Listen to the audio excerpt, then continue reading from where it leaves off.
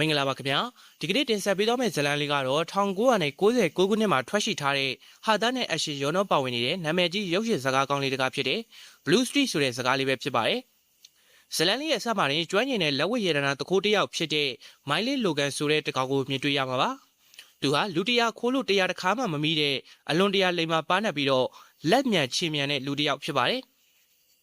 ်တရားမှာတော့မိုင်းလင်းနဲ့သူ့ရဲ့လူသေးဖြစ်တဲ့ဒီကွန်အပါဝင်အဖွဲ့သားတွေဟာသူများမသိသေးတဲ့တန်ဖိုးကြီးမားလာတဲ့စိန်ကြီးတစ်လုံးကိုအကြီးအကျယ်ဝင်ခိုးဖို့အစီအစဉ်ဆွဲကြပါတယ်။သူတို့ရဲ့ကျွမ်းကျင်မှုတွေနဲ့အဆောက်အဦရဲ့လုံခြုံရေးတွေကိုကြော်ဖြတ်ပြီးတော့တန်ဖိုးပြတ်မရတဲ့အဲ့ဒီစိန်ကြီးကိုအောင်မြင်စွာလက်ဝယ်ပိုင်ဆိုင်လိုက်နိုင်ကြပါတယ်။အားလုံးကပွဲသိမ်းပြီးတော့ငါတို့တတိဖြစ်တော့မယ်လို့ဝမ်းသာအားရဖြစ်နေချိန်မှာတော့အဖွဲ့တွေကလူသေးဒီကွန်ရဲ့ရမန်မီကတောက်လောင်လာပါတော့တယ်။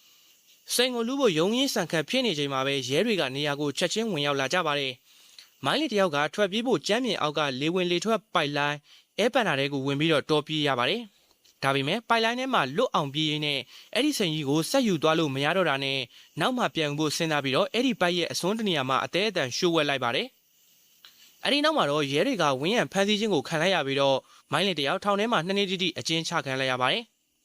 2နှစ်ကြာလို့ထောင်ကနေပြန်လွတ်လာတဲ့မိုင်းလီရဲ့တခုတည်းသောအုံနောက်ထဲမှာရှိနေတာကတော့အရင်ကသူ့ဝက်ခဲ့တဲ့စိန်ကြီးကိုပြန်ယူဖို့ပါပဲ။ငါရဲ့စိတ်ကြီးငါစီကိုပြန်လာခဲ့တော့မယ်ဆိုတဲ့စိတ်ကူးနဲ့အရင်ကစောက်လို့ဆဲဖြစ်တဲ့အဲ့ဒီအစာအုပ်စီကိုအမြန်ဆုံးပြေးသွားခဲ့ပါတယ်။ဒါပေမဲ့အဲ့ဒီနေရာကိုရောက်တဲ့အခါမှာတော့မိုင်းလီတယောက်ခြေလက်တွေအေးဆက်သွားပြီးတော့ယူခမတက်ဖြစ်သွားရပါတယ်။ဘာလို့လဲဆိုရင်တော့လွန်ခဲ့တဲ့2နှစ်ကစောက်လို့ဆဲအစာအုပ်ဟာအခုအချိန်မှာလုံးဝကိုမှတင့်တယ်ခမ်းနားနေတဲ့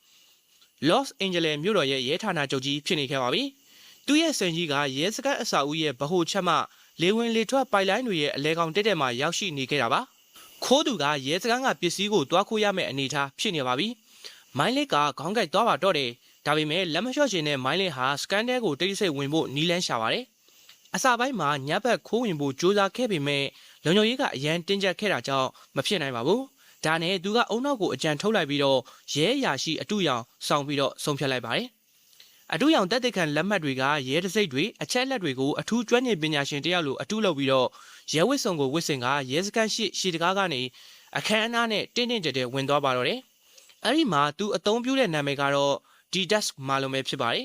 ။ရဲစခန်းထဲကိုဝင်သွားတဲ့မိုင်းလေးရဲ့ရွေချက်ကစိန်ကိုပြန်ယူဖို့တတ်တတ်ပါပဲ။ဒါပေမဲ့ရဲစခန်းထဲကိုရောက်တာနဲ့ထင်မှတ်မထားတဲ့ကံကြမ္မာကသူ့စီကိုရောက်ရှိလာပါတော့တယ်။စခန်းထဲကတကယ်ရဲအရာရှိတွေကသူ့ကိုအလွန်တော်တဲ့အထူးစုံတောက်တယောက်ဖြစ်တယ်လို့ထင်သွားကြပြီးတော့တကယ်ရဲအရာရှိတယောက်ဖြစ်တဲ့ကာစင်နဲ့တွဲပေးလိုက်ပါတော့တယ်။ရဲလို့ဆိုလို့ရဲဘက်ကဘာမှညာမှမသိတဲ့ကျွမ်းကျင်တခိုးလူမကြီးဟာတစ်ဖက်မှာတော့တကယ်ရဲတပ်ဖွဲ့ဝင်တယောက်အနေနဲ့ဟန်ဆောင်ပြီးတော့ရာဇဝတ်မှုတွေကိုလိုက်လံစုံစမ်းရတဲ့အနေအထားဖြစ်လာခဲ့ပါတယ်။ကာဆန်နဲ့အတူကားစီးပြီးတော့မြို့ထဲကိုထွက်အမှုတွေစစ်ဆေးရင်းနဲ့မိုင်းလစ်တယောက်ဟာဟာသားဆန်ဆန်အလွဲပေါင်းများစွာကိုကြုံတွေ့ခဲ့ရပါတယ်။ရဲတရားလိုဟန်ဆောင်ပြောဆိုပုံတွေရာဇဝတ်ကောင်တွေကိုဖမ်းဆီးတဲ့အခါမှာသူ့ရဲ့ရာဇဝတ်ကောင်ဟောင်းအတွေ့အကြုံတွေကိုပါရောသုံးပြီးတော့ဟန်ဆောင်ပြရပါတယ်။ဒါပေမဲ့အံ့ဩစရာကောင်းတာကတော့မိုင်းလင်းဟာတကယ်ရာဇဝတ်ကောင်တယောက်ရဲ့အုံနောက်လူဆိုးတွေရဲ့စိတ်နေစိတ်ထားကိုကောင်းကောင်းသိနေတာကြောင့်တကယ်ရှုပ်ထွေးနေတဲ့အမှုတွေကိုအခြားရဲတွေထက်ပိုပြီးတော့မြန်မြန်ဆန်ဆန်ထူးထူးခြားခြားဖြေရှင်းပြနိုင်ခဲ့ပါတယ်။ဒါပေမဲ့ရဲစခန်းတစ်ခုလုံးက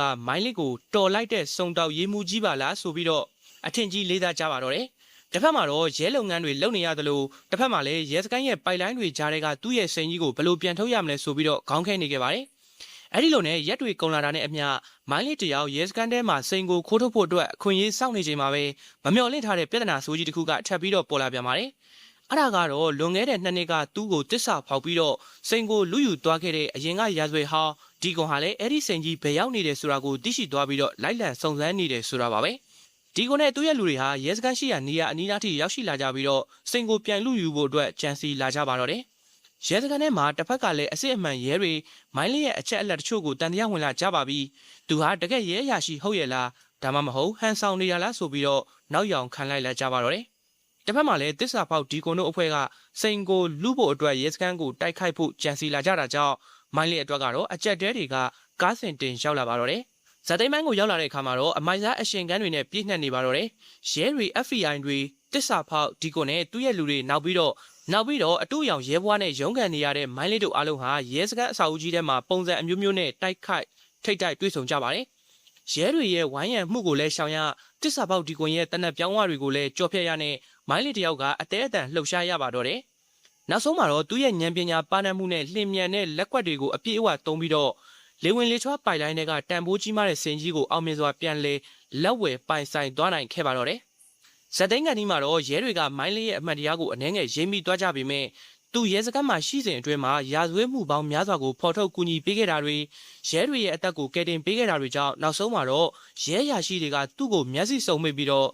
လက်လွတ်ပေးလိုက်ကြပါတယ်။ဒီလိုနဲ့ဂျဘိုးလိုလိမ္မာပန်းတဲ့တခိုးလူမိုက်ကြီးကရဲစက်ကုံပေါ်မှာဟာသားတွေအလွဲတွေနဲ့ရဲဘဝတရုတ်ဆောင်ရင်းနဲ့နောက်ဆုံးမှာတော့သူလိုချင်တဲ့စိန်ကြီးကိုအောင်မြင်စွာရယူကာလွတ်မြောက်သွားခဲ့ပါတော့တယ်ခင်ဗျာဟုတ်ကဲ့ပါကျွန်တော်တို့ဒီကနေ့ recap လုပ်ပေးသွားတဲ့ဇာတ်လမ်းလေးကိုကြိုက်နှစ်တဲ့ဆိုလို့ရှိရင်တော့ကျွန်တော်ရဲ့ဗီဒီယိုလေးကို like and share လေးတွေလုပ်ပေးသွားကြဖို့တောင်းဆိုချင်ပါတယ် channel လေးကို subscribe လုပ်ပေးရသေးဆိုလို့ရှိရင်လည်း subscribe လေးလုပ်ပေးသွားဖို့တောင်းဆိုချင်ပါတယ်ခင်ဗျာအားလုံးကိုကျေးဇူးတင်ပါတယ်နောက်ထပ်ဗီဒီယိုကြမှာဇာတ်လမ်းကောင်းတွေနဲ့ပြန်လည်ဆုံတွေ့ကြပါမယ်ခင်ဗျာ